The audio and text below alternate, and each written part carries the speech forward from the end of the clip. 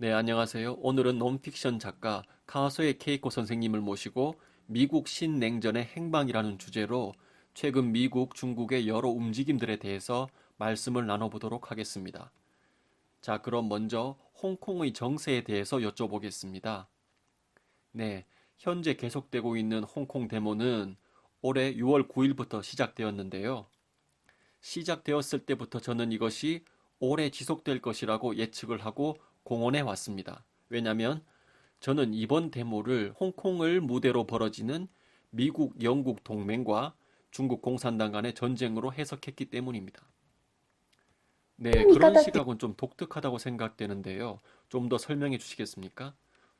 네, 우선은 1980년대 당시 영국 수상이었던 대처 수상과 등소평 주석이 홍콩의 반환에 대해 협의를 처음 시작했습니다. 그러다가 결국 1984년 12월 19일 영중 공동성명, 즉 홍콩 반환 협정을 통해 일국 양제라는 조건 하에 1997년 7월 1일부로 반환되는 것으로 결정이 되었습니다. 여기서 일국 양제라는 것은 일국가 이체제라는 말로써 비록 영토적으로는 홍콩이 중국이라는 국가 안에 속한다 할지라도 정치 사회적으로는 중국과는 다른 체제를 유지한다는 뜻입니다. 그런데 이 성명 안에서 가장 중요한 것은 반환 시점부터 50년간은 홍콩의 정치, 사회, 경제 체제와 생활 양식 전반이 반환 전과 같은 상태로 유지되는 것을 보장한다는 조건이 들어가 있다는 것입니다. 자, 그럼에도 반환 후 아직 20 몇 년밖에 지나지 않은 지금 홍콩은 이미 중국 공산당의 강력한 통제하에 놓여버리게 된 것입니다. 즉, 자유, 민주, 인권, 법 앞의 평등, 종교의 자유 등을 50년간은 보장하기로 영국과 약속을 해놓고선 그것을 어겨버린 것입니다. 게다가 수년 で 전 すけど、 중국 外務省 외교부는 영국 측을 향해 영중 공동성명은 이미 실효되었다라고 말을 한 적이 있습니다. 왜 그런 말을 했냐고 하면요. 1984년 12월부터 1997년 6월까지 이 기간은 반환을 위한 이행 기간이었는데요. 이 50년이라는 기간이 그 이행 기간 안에서 50년이었다라는 소리를 중국 외교부가 한 것입니다. 그러니 그 소리를 듣고 누가 열받지 않겠습니까? 누가 가장 열받았을지를 생각하면 물론 영국이겠죠. 그러니까 영국이 복수를 하지 않을 리가 없겠죠. 5년 전 홍콩 우산혁명 때도 그런 복수의 기회 혹은 그런 흐름이 있긴 있었는데요.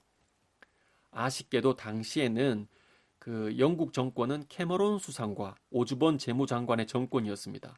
그런데 그들은 상당히 で、しかもアメリ 친북파라고 カ 볼 수 側は 있습니다. オバマさんで 게다가 した。당시 要する 미국은 오바마 대통령 재임 시절이었습니다.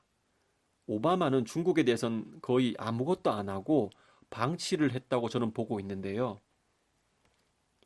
그래서 결국 우산혁명은 참 가엾게 끝이 나버렸습니다.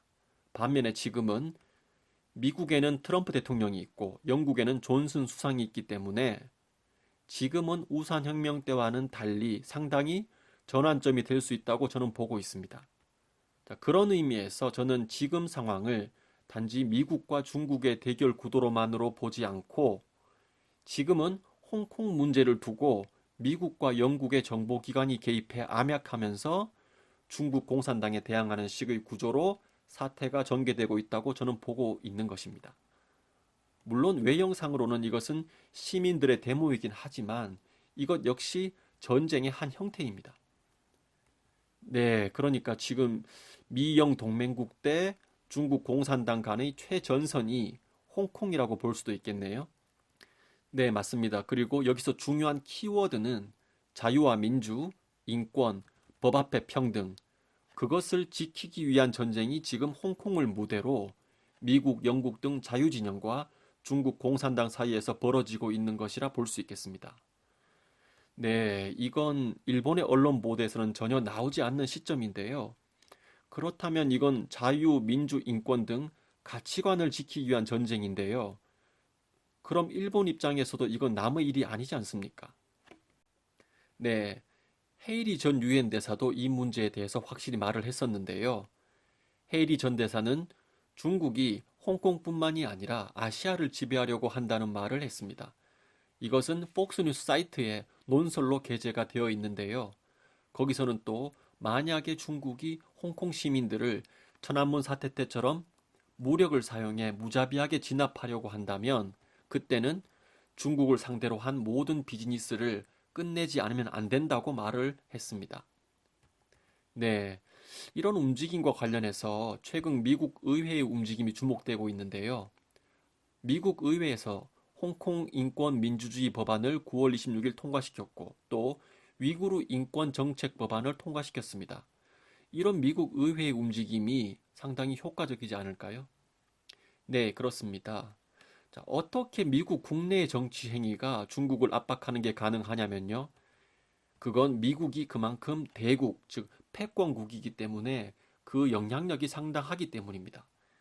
자, 그 법안들, 예를 들어 위구르 인권 정책 법안의 내용을 보게 되면 물론 미국 국내적으로 미국에 거주하는 위구르인을 보호하는 것도 있지만 그 밖에 대외적으로 재무성, 상무성, 국무성 등 가용한 모든 수단을 동원해서 경제적 제재를 부여하여 중국 정부를 압박하는 것이 바로 이 인권 법안의 내용입니다.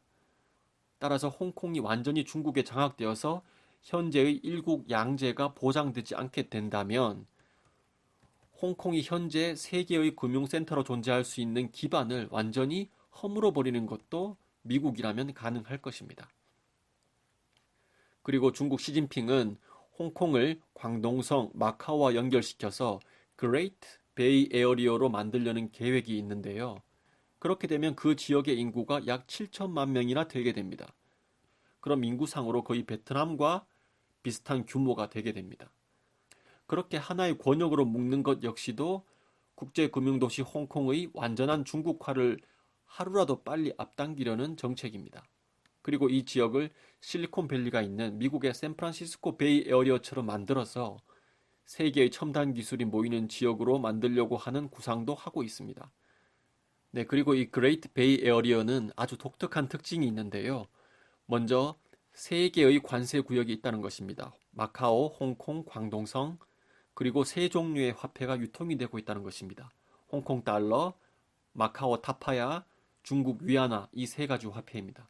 그래서 중국 공산당은 이 시스템을 이용해서 인민폐를 달러, 미국 달러나 엔화로 바꾸는 이른바 연금 행위를 더 용이하게 하려고 하는 것입니다. 여기서 연금이라는 말은 국제사회에서 공신력이 없는 화폐, 즉 인민폐 같은 화폐를 달러, 엔화, 유로화 같은 공신력이 있는 국제통화로 바꾸는 행위를 말합니다. 즉 공산당 정부가 마구 찍어낼 수 있는 인민폐를 마카오 타파야로 바꾸고 그리고 다시 타파야를 홍콩 달러로 바꾸는 과정을 통해서 사실상 종이 쪽지에 불과한 인민폐를 자금 출처에 대한 세탁을 하면서 국제화폐인 달러나 엔화로 전환할 수 있다는 것입니다. 중국 공산당은 과거 이행기간, 즉 1984년 12월부터 1997년 반환 전까지에 이르는 그 십수년간의 이행기간 동안 이런 연금 수법을 영국으로부터 배운 것입니다. 그리고 홍콩에는 페이퍼 컴퍼니들이 엄청나게 많은데요.